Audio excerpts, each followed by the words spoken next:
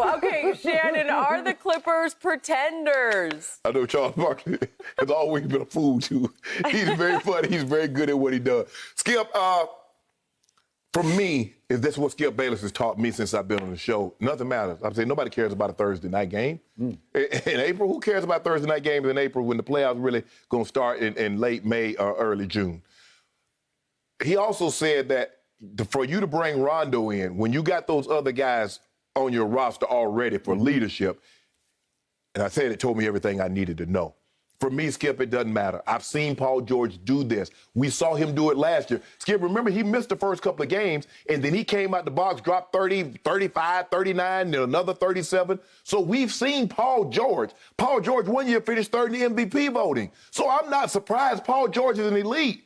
He's a two-way player. I mean, a three-level player. He can shoot the three. He can get to the mid-range. He can drive all the way to the basket. 85, 88% free throw shooter. He can defend sometimes. So I've never questioned Paul George's ability. Now, maybe come playoff time, we don't see that level of consistency that we see in the regular season. But Paul George can play. Kawhi Leonard, he's been great in big moments, and then there have been other big moments that he hasn't come through. But, Skip, at the end of the day, you know none of this matters.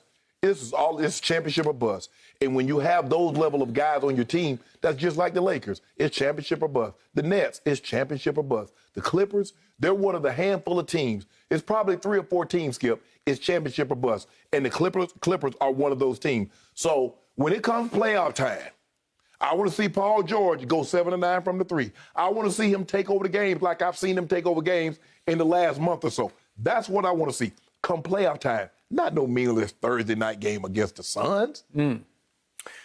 Okay, I hear what you said about Paul George, but I don't hear anything else that you said. And back to Charles Barkley, mostly he's the opposite of kiss of death. He's actually kiss of life. When he condemns you, you're probably going to win it all. And right? if he says you go win it all, right? Okay, you done. Okay, there you go. So yeah, he's been picking Portland. Right? Okay. So the irony of what Charles' point is that he's saying the mere fact that they needed Rondo shows you they're a pretender. Right. Because you would think that Kawhi, as a 2-time Finals MVP, and Paul George as a perennial All-Star, would be enough to figure it out by themselves. Right. So why do you need Rondo, and then why do you need all the other pieces that you had to go get, Ibaka and Batum? Batum, yeah. The point is, they did need Rondo. The point is, they would not have folded against the Denver Nuggets up 3-1 if they had had Rondo to set their table, to set them straight in the locker room, to snap them out of it. And the reason last night, a Thursday night in April, mattered was because it was Rondo's coming out party for the team in the basement at Staples Center. It was sensational what he pulled off because in 19 minutes, he scored 15 points and had 9 assists. And in the fourth quarter, Rajon Rondo had 8 points and 4 assists and did exactly what I told you he would now start doing for this team as he eased into their rotation. He doesn't start the games yet, but he will start, and he definitely will finish their games when they start to matter in the postseason. He will do for the Clippers what he did for your Lakers last year when he was the secret sauce for your Lakers. Yeah, you got LeBron, and yeah, you got AD, who just rose and shone in the postseason in the bubble. But you couldn't have won it without Rondo's contributions to me in Games 2 and Game 6 against Miami in the finals, because those were special games that he had. Yeah. Those were big games of big passes, big shots, big playmaking, big leadership, where he was the key ingredient at the end. I'll give you that, Skip. He made big shots. I mean, shot clock running down. He's making big-time threes. He's driving the basketball. I think he had 19 points in the Game 6. He did. So he's had the big moments. The way he plays in the playoffs. But, Skip, at one point in time, even in the regular season, when he was with Boston, Skip, he'd go get 40. People don't realize Rondo once scored 40 points in the playoff game against the Miami Heat. He did. Highly capable. Yes. Okay. So last night I sat back in awe because let me show you. Here's his first swoop to the hoop. And I hadn't seen this yet with the Clippers. And I'm thinking, is he an aging player? But here's the first time he just says, okay, watch this. I'm going to go. That Yeah, okay. There was another one that was even better than that early on, but okay, this is still this play. Let's go to the end of the game when he put the icing on the cake on Chris Paul. Okay, we're still doing. Here we go. This is Rondo right in Chris Paul's face. And this is a big shot. It's still reasonable. Like you thought Phoenix was still going to have a run in them because they'd had a bunch of runs in them. And that was like, sorry, that's game over. And then he hits Kawhi, if we could see this. He did it a couple of times last year in the ball. But then he's capable of Skip.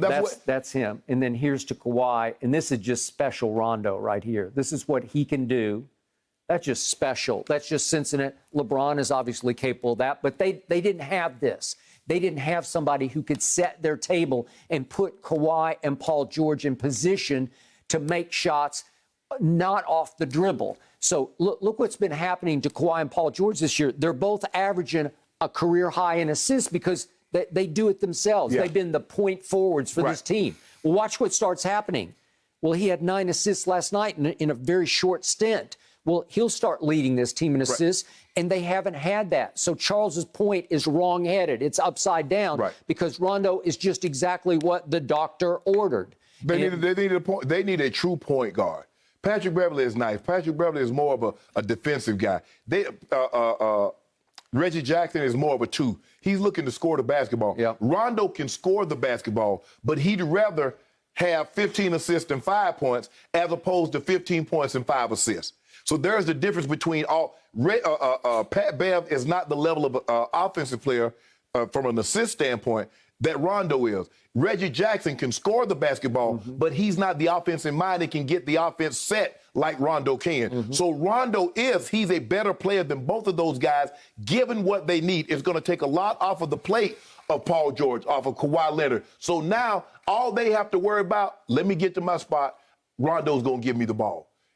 I saw it last night. They were running the break, and it was just like a little touch pass. Rondo get it and just touch it right over the top, and it's an and one. Okay. So I'm going to remind everyone, this team is leading the league in three-point shooting at 42%. They made 18 threes last night. Well, yeah, you do that, yeah, they're going to be contenders. You keep making 18. But they've been doing it every night. They're 42%. Your team is ranked 23rd in the league in three-point shooting. The Lakers, they're 35%. This team, the Clippers, leads the league in free throw shooting at 84%. As a team, they're 84. LeBron by himself is 70%. So they're 84%.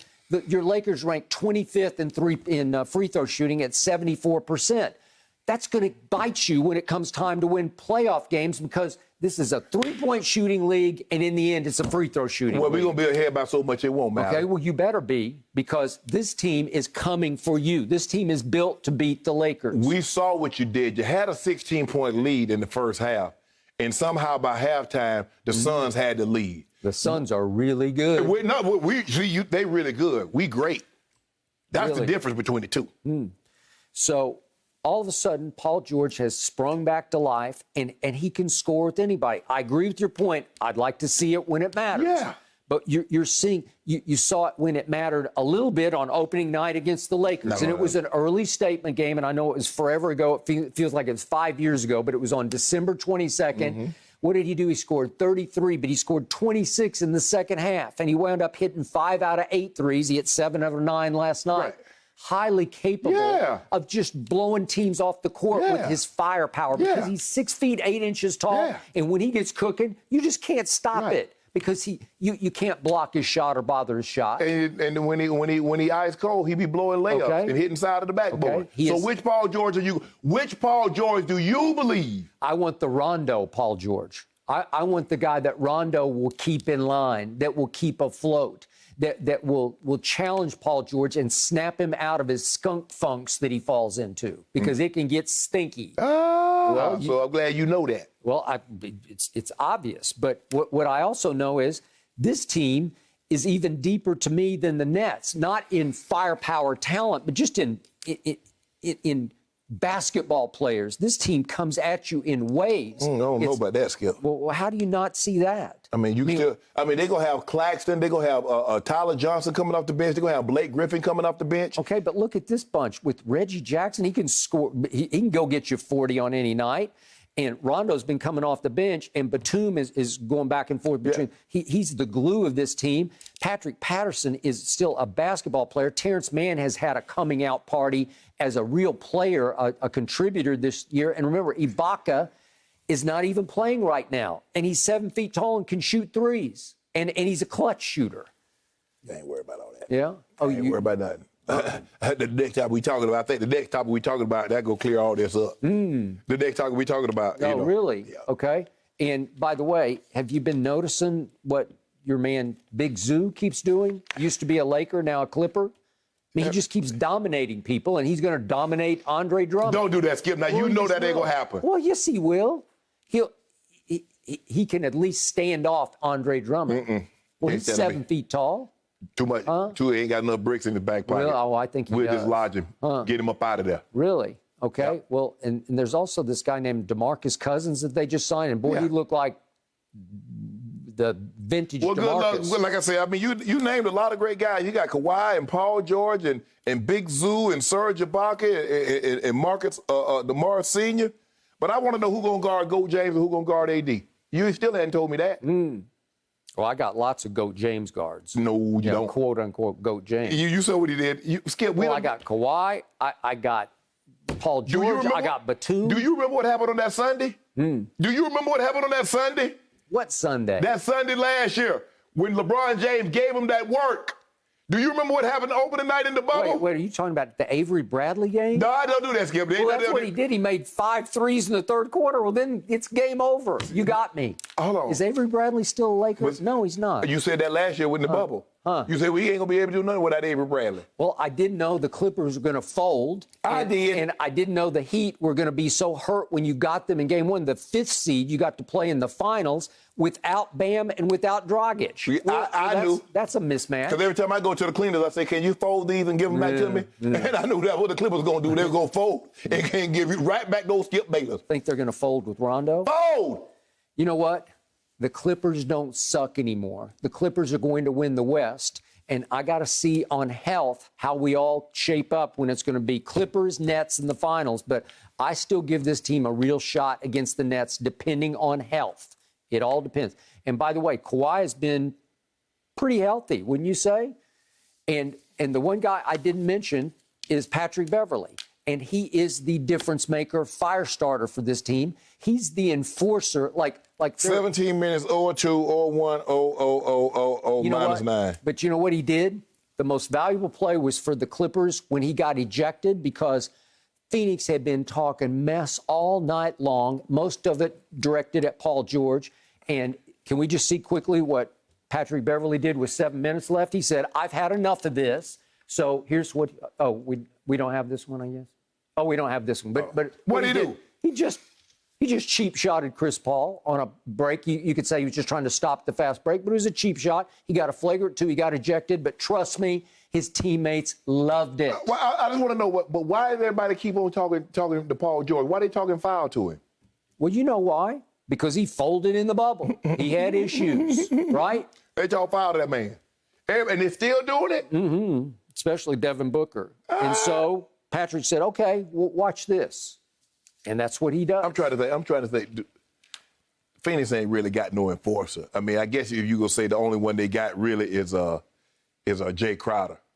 But I mean, he might be too. See, the thing is, that's the difference, Skip. They can lose Pat Beverley, they don't miss a beat. Everybody else feels is valuable to them. You can't be dealing with no Pat Beverley, get your retribution on Patrick Beverley, because you're gonna cost your team more than he cost his team. So you just let it fly. You just let it fly. Shannon, you're in trouble. This team is going to be way too much for your team. Nope.